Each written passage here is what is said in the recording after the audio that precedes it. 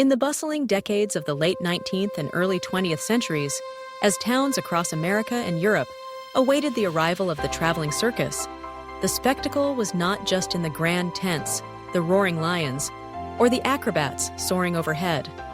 For many, the true draw of the circus was the so-called freak show, a sideshow exhibition where people with physical differences, rare conditions, or unusual talents were put on display as living curiosities.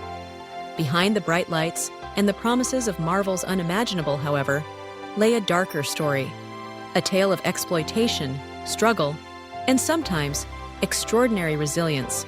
Circus proprietors were always on the lookout for individuals who could astonish the crowds.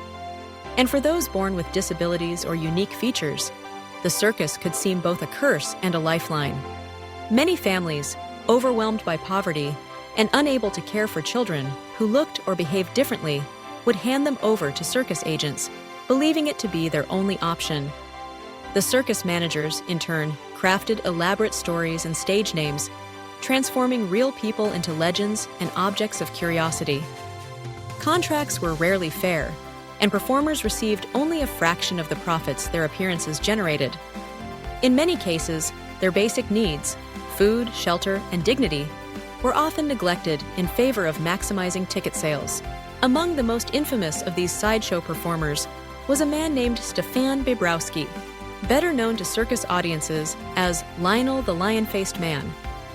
Born in Poland in 1890, Stefan suffered from a rare condition called hypertrichosis, which caused his face and body to be covered in a thick, lion-like mane of hair. By the age of 4, his mother, unable to cope with the relentless ridicule and isolation, entrusted him to a German showman named Sedlmayr.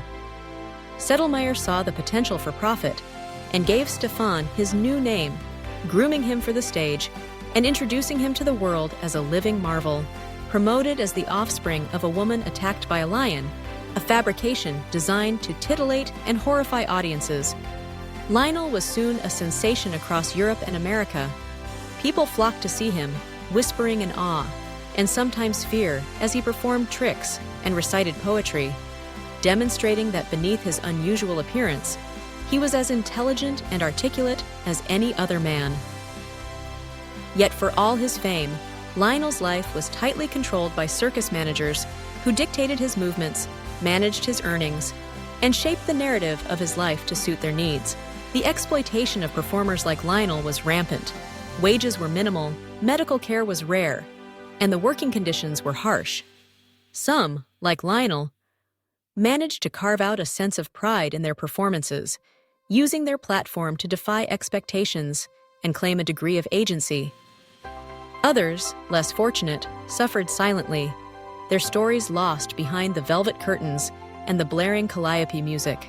Despite these hardships, Lionel's legacy endures as a testament to the resilience and complexity of those who lived on the fringes of society. As he grew older, Lionel began to speak openly about his life, challenging the myths that had been created around him and advocating for respect and understanding. He insisted that audiences see him not as a monster, but as a man, one whose unique appearance did not diminish his humanity. The story of Lionel the Lion-Faced Man, and countless others like him, is a reminder of both the cruelty and the compassion that can coexist within the circus world. It is a story of people forced into the spotlight, yet finding ways to reclaim their dignity and sometimes their destiny. In the end, the true marvel was not the spectacle, but the spirit of those who endured, survived, and, in their own way, triumphed. I'm just a very small-time content creator that doesn't always have the correct photo to tell my stories. Please bear with me and help me with a subscribe, thumbs up, and if you could press the like button.